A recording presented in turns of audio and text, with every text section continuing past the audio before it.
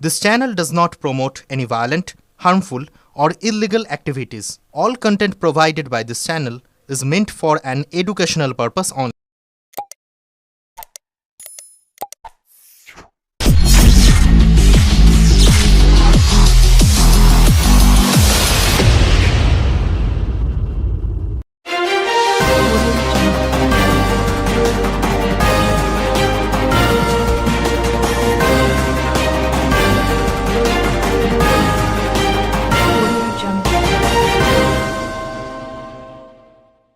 রাজ্য জুড়ে যখন বেকারত্বের সমস্যার অভিযোগ তুলেছে বিরোধীরা, ঠিক তখনই জেলায় বারংবার সরকারি উদ্যোগে অনুষ্ঠিত হচ্ছে জব ফেয়ার।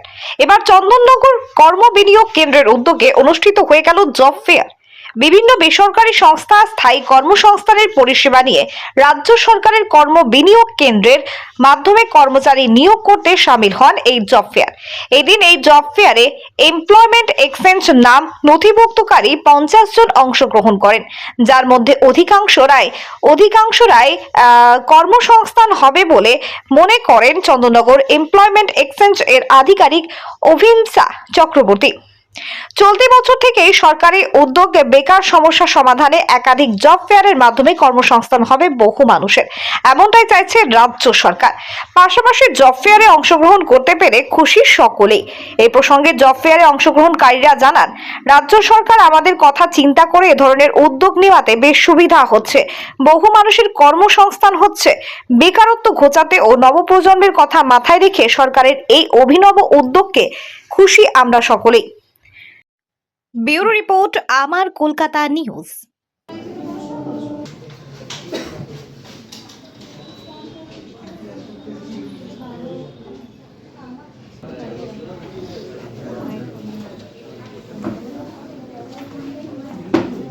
আজকে আমাদের এমপ্লয়মেন্ট এক্সচেঞ্জ চন্দননগরে জব ড্রাইভস হচ্ছে। দুটো কোম্পানি এসছে, একটা হচ্ছে অ্যাডেলা ইনফোটেক, আর ওনাদের জব পজিশন রোল হচ্ছে টেলিকলার এক্সিকিউটিভ, আর হচ্ছে ইউপিএস ব্যাটারি সার্ভিস প্রোভাইডার। তো ওনাদের ইন্টারভিউ চলছে। আর চলছে হচ্ছে Ascensive Educare Limited in association with Jubilant Food Works. তো অ্যাসেন্সিভ এডুকেয়ার লিমিটেড ট্রেনিং দেবে ফ্রি অফ কস্ট 35 ডেজের। তারপরে ওনাদের 100% জব প্লেসমেন্ট আছে ফুড প্রোডাক্ট হ্যান্ডলার পজিশনে। এটাই আমাদের এখানে প্রায় 50 হয়ে গেছে, 30 অ্যাডেলার আর 20 হচ্ছে অ্যাসেন্সিভের। আমার যা মনে হয় এলিজিবিলিটি দেখেই ডাকা হয়েছে, যারা কোম্পানি যা এলিজিবিলিটি আমাদের দিয়ে দিয়েছিল ওই হিসাবেই ডাকা হয়েছে।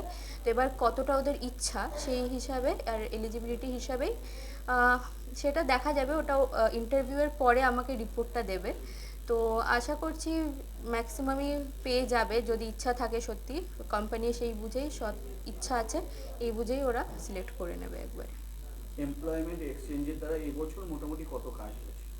আমাদের এমপ্লয়মেন্ট এক্সচেঞ্জে চন্দননগরে আপাতত আমাদের 4 নম্বর জব ড্রাইভ চলছে, আর এই মাসে আরও 5টা আছে।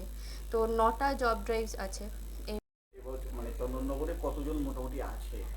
আমাদের এমপ্লয়মেন্ট ব্যাংকে চন্দননগর থেকে 18 to 40 ইয়ার্সে যারা আর কি চাকরি পেতে পারে কোনো, তো ওদের সংখ্যা হচ্ছে 31,902।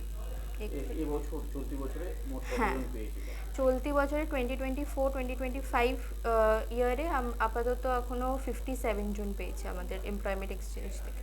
আপনারা কি আরও উদ্যোগ নিচ্ছেন? একদম, এটা এই বছরই বেশি চালু, মানে জোর করে চালু হয়েছে, জোর কদমে একদম, যে আমাদের 14টা জব ড্রাইভ এই বছরে করানোর কথা। তো আমরা প্রায় এখন 10টা হয়ে যাবে জানুয়ারির মাসের মধ্যে, আর ফেব্রুয়ারিতে আরও 4টে হবে।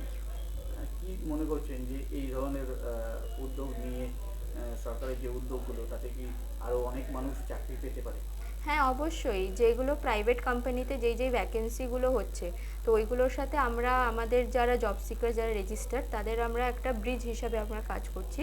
তো ওতে আর ওরা চাকরি পেলে ওরা একটা ফিনান্সিয়ালি স্টেবল অবশ্যই হতে পারবে, একটা সিকিউর ফিউচার হবে ওদের।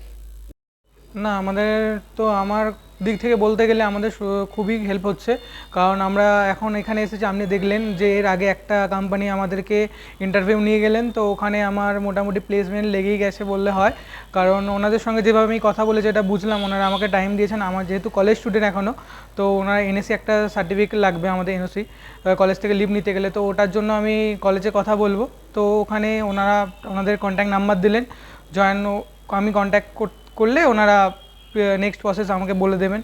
তো এখন আরেকটা আছে, একটা কোম্পানি এসেছে, তো ওনাদের সঙ্গেও কথা বলবো একটু পরেই। না, কাজ হচ্ছে। আমি কুর্নিশ জানাই এমপ্লয়মেন্ট এক্সচেঞ্জ অফিসের যারা কর্মকর্তা আছেন তাদের, যে আমাদের এই অপরচুনিটিটা দেওয়ার জন্য। তো আমি এখন বিকম অনার্স করছি, আমার এই লাস্ট ইয়ার চলছে, আমার অগাস্টে কোর্স শেষ হয়ে যাবে। তো কোর্স শেষ হওয়ার আগেই আমি যদি একটা কোথাও প্লেসমেন্ট পেয়ে যাই, তো ওখান থেকে দেখুন, আজকের দিনে দাঁড়িয়ে জব সবারই দরকার। কারণ কলেজ করার পর আমাকে জব খুঁজতে গেলে একটা সময় লাগছে, কিন্তু কলেজ করতে করতে আমি যদি একটা জব পেয়ে যাই, আমার একটা ইনকাম, যেটা আমার যে হাত খরচাটা ওটা উঠে যাবে আমার। তো আমি আর এটা এরকম না যে আমাদের এখান থেকে ওনারা বলেই দিচ্ছেন যে এটা পার্মানেন্ট জব, এখান থেকে যেটা দেওয়া হচ্ছে গভর্নমেন্ট না, কিন্তু এটা পার্মানেন্ট জব। তো এখন আমরা জানি যে একটা জবের কতটা গুরুত্ব বর্তমান দিনে। সরকারি উদ্যোগে এই যে প্লেসমেন্টের উদ্যোগ নেওয়া হচ্ছে, এটা মানে কিরকম ভাবে দেখছো তুমি? আমি খুবই সম্মানের সঙ্গে দেখছি, এটা খুবই কি বলবো, মানে মহৎ কাজ হিসেবে দেখছি যে না, এনারা আমাদের জন্য ভাবছেন, গভর্নমেন্ট আমাদের জন্য ভাবছেন যে নেক্সট জেনারেশান কীভাবে আরও এগোবে। কারণ আমরা দেখেছি কিছু বছর আগে লকডাউনের সময় অনেকেই আনএমপ্লয়েড হয়ে গেছিলেন, বা চাকরির কী অবস্থা হয়েছে এখন বর্তমান দিনে। তো সেই পরিস্থিতিতে দাঁড়িয়ে যে এনারা আমাদের একটা প্লেসমেন্টের সুযোগ করে দিচ্ছেন, অপরচুনিটি করে দিচ্ছেন, এটাই আমার কাছে অনেক কথা।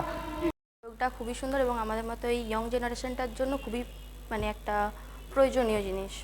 মানে পড়াশোনার পর অনেক সময় চাকরি নিয়ে চিন্তা ভাবনা করতে, আজকে চাকরি তোমাদের দোরগোড়ায় চলে আসছে। হ্যাঁ, এটা আমরা আগে কি ভাবতাম যে এখন এই লকডাউনের সময় যে অবস্থাটা হয়েছিল, ভেবে ভাবতে পারিনি যে আমরা হয়তো পরবর্তীকালে কিছু পাবো কি পাবো না। তো হঠাৎ করে যখন আবার এই উদ্যোগটা পেয়ে গেছি, হাতের মুঠোয় এসে গেছে, সেখানে ছাড়বো। সরকারের এই উদ্যোগটাকে, মানে সরকার যেভাবে আগ্রহ দেখাচ্ছে, সেক্ষেত্রে কি মনে হচ্ছে মানুষ আরো তোমাদের জেনারেশন আরো বেশি সুবিধা পাবে? হ্যাঁ, অবশ্যই।